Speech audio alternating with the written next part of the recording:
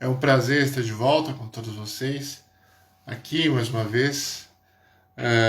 Nem me lembro mais se eu cheguei a fazer o Evangelho depois da virada do ano. Se eu não fiz, eu desejo a todos feliz ano novo e que possamos todos encontrarmos a vacina em nossa jornada terrena, para que possamos estar mais fortes e dar continuidade no nosso trabalho material e espiritual. E assim, o tema de hoje é Emprego da Fortuna, item 12, tá?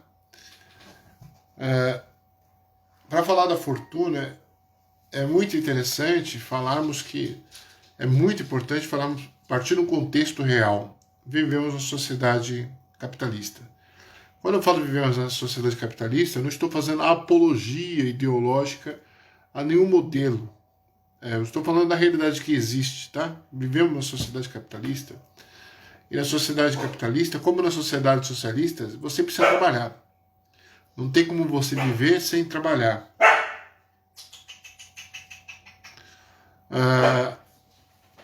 E como você precisa trabalhar, principalmente na sociedade capitalista, para você adquirir mais bens, nós vivemos muitas vezes numa fantasia.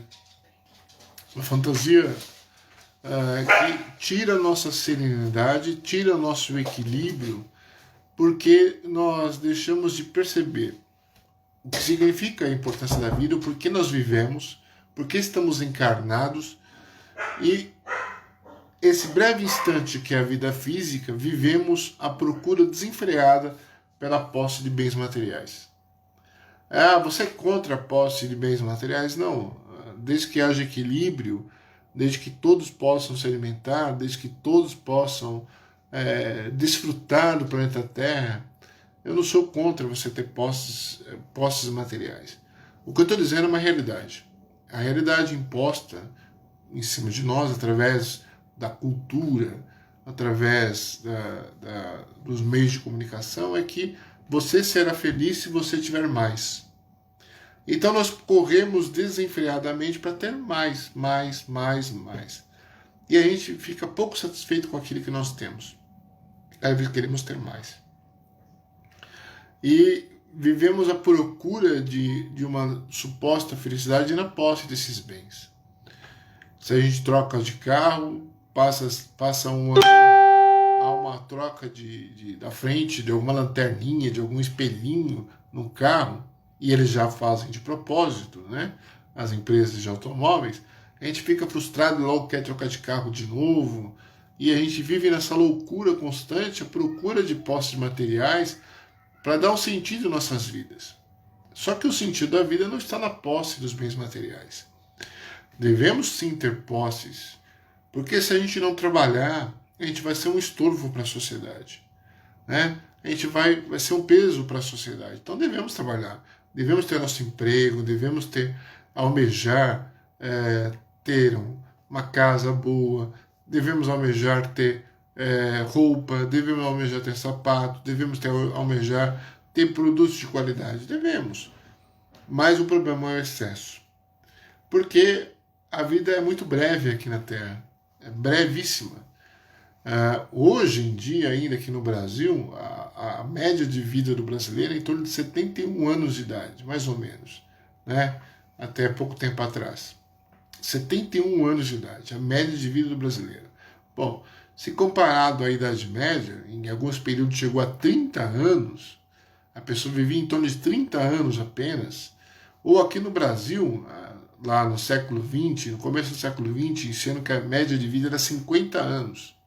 50 anos era a média de vida. Olha, hoje nós vivemos, o brasileiro tem uma média de vida, uma expectativa de vida em torno de 71 anos de idade. Bom, o que é 71 anos de idade no planeta Terra? Para quem é jovem, assim, está lá com seus 20 anos, imagina que deve ser muita coisa, mas não é. É um breve piscar de olhos, a gente envelhece e passa o tempo. E quando nós não temos dentro de nós o entendimento de qual é o significado da vida, por que nós estamos aqui, por que vivemos, né, você vai correr desesperadamente à procura de bens terrenos, para desfrutar, supostamente desfrutar a vida. E aí vive a procura de acumular, acumular, acumular. Tem pessoas que têm 2, 3 empregos, vivem loucamente porque, quando eu ficar velho, eu quero ter qualidade de vida. Tudo bem, mas você vai chegar à velhice, em que estado? Em que situação física? Será que você vai ter condições de curtir a vida, entre aspas, né, de uma maneira que você sonhou, de que você planejou? Nós não sabemos. Nós não temos certeza que pode acontecer daqui a um segundo, se eu vou estar encarnado ou se eu vou desencarnar, se eu vou estar com saúde perfeita ou não. E assim qualquer pessoa, na grande maioria, que tem exceções, aqueles que teve lá presciência da sua morte, né, conhecimento da data da sua morte, a maioria não sabe. Né? Até Jesus nos alertou sobre esse fato. Né? Que adianta a gente ficar mealhando, acumulando coisas, sendo que a gente não sabe o que pode acontecer amanhã. E, nesse aspecto, passa a ser loucura você apenas lutar para acumular. Você tem que lutar do ponto de vista material para não ser um peso para a sociedade, para não ser um peso para os seus parentes, você poder colaborar no crescimento, na construção da sociedade, você ser útil à sociedade, mas quando você vive em excesso apenas para trabalhar e acumular, você, de uma certa forma, você também acaba sendo um peso para a sociedade, do ponto de vista espiritual. Por que do ponto de vista espiritual? Porque quando a gente desencarna, a gente vai para o outro lado com a mesma forma de pensamento que temos agora. Se você está lá naquela ganância de acumular, de ter posses, você vai para o outro lado com a mesma ideia e você vai demorar bastante tempo para poder perceber o equívoco que você cometeu, os erros que você cometeu. Porque que é a fortuna? O que é riqueza? O que é alegria de viver? Do ponto de vista materialista, a riqueza é acúmulo de bens. Do ponto de vista espiritual, a riqueza é a capacidade de ajudar o próximo. É a capacidade de amar e ser amado, e respeitar o próximo. Então, quando a gente vive nessa loucura, nessa insânia de acumular bens terrenos, na suposta procura de uma felicidade, você está cometendo um equívoco muito grande. Primeiro, porque você acaba destruindo o seu corpo fisicamente e sua mente espiritual fica desencontrada do projeto traçado para cada um de nós. Projeto que é a nossa evolução espiritual. Assim, nós temos que nos preocupar, de fato, o emprego da fortuna. O que é fortuna? A fortuna é os bens materiais? Ou a fortuna é a amizade? Ou ter uma família reunida? Ou será que é ter alegria de tomar um café da tarde com seus familiares, ouvir uma boa música, ter a capacidade de sorrir com o cantar dos pássaros, a capacidade de ficar contente em comer uma bolacha maisena, sabendo que a vida existe um propósito muito maior do que apenas acumular bens materiais. Mas Sérgio, eu adoro bolacha champanhe, que é um pouquinho mais cara, né? Bom, eu também gosto, é muito gostoso você comer um pedaço de torta na confeitaria, temos o direito de fazer isto, né? Todas as pessoas do planeta deveriam ter o direito de fazer isto, mas a maioria, uma boa parte, não tem. Agora, se eu tenho, vou abrir mão disso? Não, faça isto, mas tenha consciência que isso não é o mais importante. O mais importante é o emprego da fortuna. Que fortuna é esta que tanto é falado? Não é a fortuna dos bens materiais, é a fortuna do espírito, do conhecimento que você tem, do sentimento que você possui, do entendimento da vida que você tem. Então, se você tem o entendimento que a vida é muito mais do que apenas a existência no corpo físico, e que a vida continua após a morte desse mesmo corpo, a sua decomposição, a sua destruição, nós temos que entender que sentido estamos dando para a vida. Que vida eu estou construindo? Eu quero construir que tipo de vida? Que tipo de pessoa eu quero ser lembrada? Eu quero ser sentida. Eu quero ser lembrado pelos meus filhos como um pai zeloso que se preocupou com o futuro material de todos eles. Bom, faça isto. Isso demonstra um certo sentimento. Mas aí eu pergunto para você: você está preocupado em dar um futuro material agradável para os seus filhos? Mas é um futuro espiritualizado, um futuro de amor, um futuro de carinho, de desprendimento. Você está transmitindo isso para o seu filho? Porque quando a gente desencarna e vai para o outro lado de lá, a gente fica com a consciência pesada com aquilo que nós fizemos de errado aqui. E muitas vezes, quando a gente não se preocupa em dar uma educação adequada, quando eu digo educação adequada, não é a educação apenas material, que nós temos que nos preocupar, uma educação científica, uma educação responsável, acadêmica, mas uma educação espiritualizada, do verdadeiro significado da vida, o porquê estamos aqui e para onde vamos. Porque existe o planeta, porque Jesus esteve entre nós, porque Deus nos enviou verdadeiros avatares da paz, do amor, como o próprio Mahatma Gandhi, Madre Teresa de Calcutá, e tantos outros espíritos, como o próprio Francisco de Assis, Francisco de Xavier, que nos trouxe esperança e entendimento da necessidade do amor e do carinho. Isso nós temos que compartilhar. Porque nós vivemos uma sociedade tão viciada na sua forma de pensar e de agir, e quando a gente olha as histórias dos, digamos, santos, do ponto de vista da Igreja Católica são santos, do ponto de vista da doutrina espírita são espíritos iluminados que conquistaram a iluminação, a gente fica achando que não, isso é impossível. Como um homem que abriu mão da sua riqueza foi viver entre os pobres e necessitados, entre os animais, como Francisco de Assis? Então fica uma coisa como se fosse muito distante da nossa realidade. Como a gente não precisamos ir muito longe, o próprio Mahatma Gandhi, quando a gente relembra a história do Mahatma Gandhi, que viveu no início do século, a metade do século XX para baixo, né? Ele que abriu mão do poder, abriu mão da posse e se preocupou com seus irmãos que viviam em estado tão ruim quanto o dele, que era de preconceito, de segregação racial, lá na África do Sul, né? Quanto os seus irmãos que viviam na extrema miséria e viviam na dependência política e econômica da Grã-Bretanha, ele lutou para se libertar e fez um voto de pobreza, vivendo como cada um deles. Podia ter exercido o cargo de primeiro-ministro, não quis exercer o cargo de primeiro-ministro na Índia, se preocupou apenas na paz.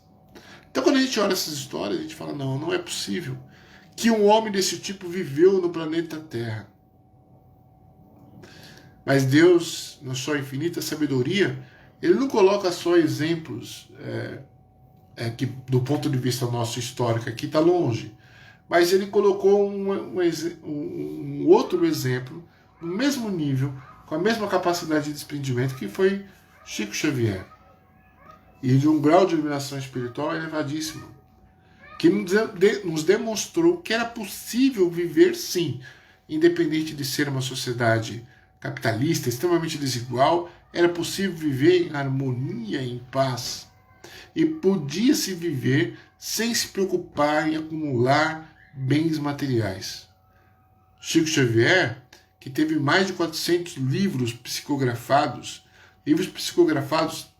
que foram traduzidos no mundo inteiro, que ele poderia ter ficado milionário, bilionário talvez, né, se não tivesse aberto mão dos direitos autorais. E ele abriu mão dos direitos autorais de cada um desses livros para assistência social. Abriu mão para a Federação Espírita do Brasil, abriu mão para a Federação Espírita de São Paulo, abriu mão para outros centros espíritas, para entidades carentes, de atendimento aos carentes. Chico Xavier. E quando Chico esteve encarnado aqui entre nós, até 2002, era uma coisa muito difícil de compreender. Muitos de nós não compreendiam ele. Muitos de nós ainda olhamos com certo receio para o Chico Xavier. Será que ele fez tudo isso mesmo? Será que ele foi capaz de viver apenas voltado para a caridade? Abrir mão de uma posse de bens materiais sem pestanejar? De ter uma vida voltada para o benefício ao próximo, de ajuda e amparo ao próximo? Sim, teve. Esse sim empregou a sua boa fortuna. Fez da fortuna da sua vida valer a pena não só para si mesmo, mas para todos aqueles que estavam em sua volta, inclusive muitos espíritas. Viam nele a iluminação e se refaziam emocionalmente apenas com contato próximo de Chico Xavier. E nós não temos que ter dúvidas, né? Devemos, então quer dizer que você quer que eu abra mão de tudo aquilo que eu conquistei na minha vida inteira? Não, não faça isso, né? Você não precisa ter, porque o Chico Xavier teve sua casinha também, tinha lá seus sapatos, tinha sua roupa, ele gostava de se vestir bem, a roupa era modesta, muitas vezes gasta, mas ele gostava de ter sua própria roupa. Ele chegou ao ponto de ter uma peruca. E por que não? Ele não podia ter esse direito de se proteger, de se sentir bem perante si mesmo? Tem. Nós temos esse direito também. Mas nós temos que perguntar: qual é a verdadeira fortuna? O que eu estou fazendo com essa fortuna que Deus me deu? Se for fortuna material, se eu tenho posse de bens materiais, é só para o meu regalo? É só para o meu interesse, o interesse familiar? Eu tenho que fazer com que essa posse material possa ser revertida para ajudar meus irmãos? Sim, devemos fazer isto. Podemos fazer isto. Um pouco que possamos dividir, um pouquinho que possamos dividir, já ajuda muitas pessoas. Mas tem outra fortuna que é muito mais importante do que a posse de bens materiais e que Deus espera que possamos dividir uns com os outros. É o amor, é o carinho, é o respeito. Essa fortuna, infelizmente, poucas pessoas conseguem dividir, compartilhar, saborear em coletivo. E nós precisamos fazer isso urgentemente. Precisamos transformar o mundo que está em nossas voltas. Jesus nos ensinou isto. Ele não acumulou nenhum tostão durante sua vida terrena aqui. Ele nos preocupou em transmitir herança material, mas se preocupou em transmitir uma herança espiritual, conhecimento, o verdadeiro significado da vida, a sua importância da vida e como podíamos viver essa vida. E que pouco nós estamos fazendo. A maior fortuna que existe em nossas mãos é a própria vida. É a vida. A vida é a fortuna maior. E não podemos gastar a vida apenas em acumular bens materiais. E apenas em se divertir no sentido mais grosseiro do termo. Mas devemos nos perguntar: a vida que estamos aqui, para que ela serve? O que é esperado que eu faça dessa vida? Se você é cristão, tem conhecimento da doutrina espírita, sabe-se que é esperado é que possamos tirar proveito o melhor possível da existência do corpo físico. O que significa usá-lo com sabedoria, para que você possa viver o tempo necessário, a sua programação espiritual aqui, para que você possa aprender tudo aquilo que você necessita para a sua evolução espiritual, ou o máximo possível. Esse é o verdadeiro sentido da fortuna. É viver a vida. Ter alegria no coração. Dividir essa alegria.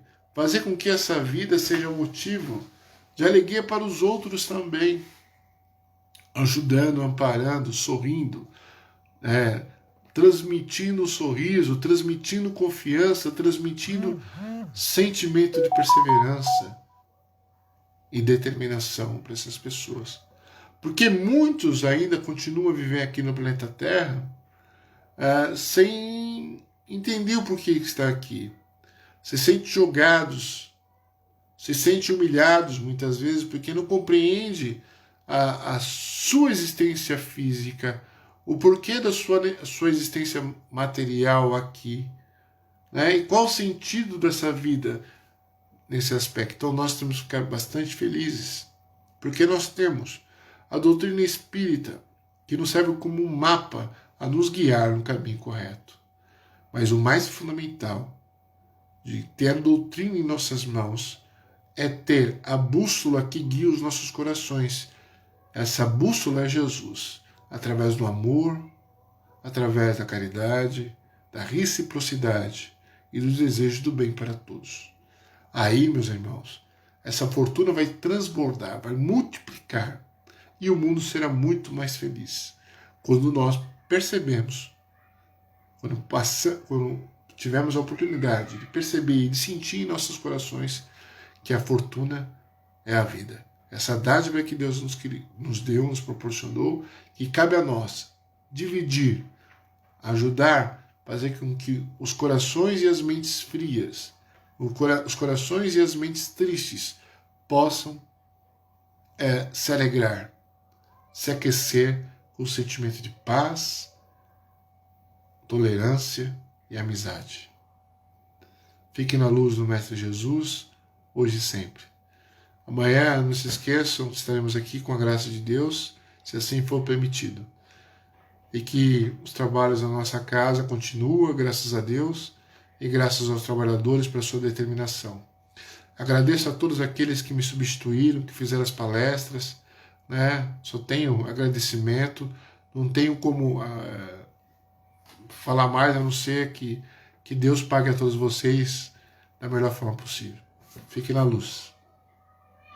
Violência, corrupção, são tantos pontos em que, se demorarmos a nossa atenção, nós vamos, por nossa vez, perdendo forças, nos entregando ao pessimismo, à depressão. Nós precisamos sim, não podemos também nos aliear, ficarmos à margem do que acontece, mas não podemos nos contaminar por aquilo que acontece. Exercitemos a nossa fé, exercitemos a exemplo de Jesus, amando-nos. Se nós nos amarmos e amarmos a Deus, faremos tudo quanto Jesus pede de cada um de nós. Queridos amigos, vou parando por aqui, desejando a cada um de vocês um ótimo final de segunda-feira, com paz e luz, amor, fé, esperança, alegria, harmonia, equilíbrio. E assim convido a todos vocês para juntos fazermos uma prece a Maria.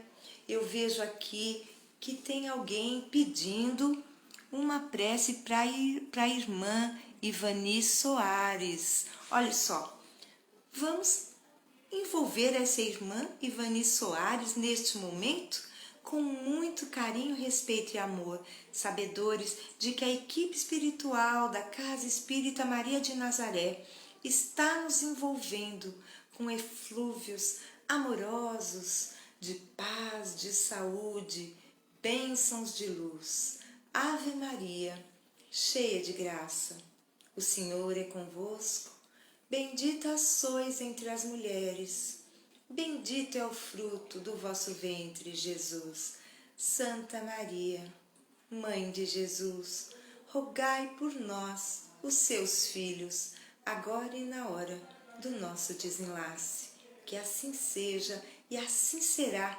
Tenhamos a certeza, meus amigos. Fiquem conosco.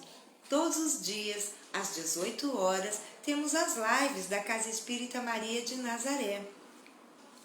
E depois, se vocês puderem, nós pedimos encarecidamente, deem os seus likes lá no canal do YouTube, porque assim, impulsionando o nosso canal, nós teremos mais oportunidades de levar a palavra, os ensinamentos espíritas aos corações que necessitam de paz, de conforto, de consolo e conhecimento.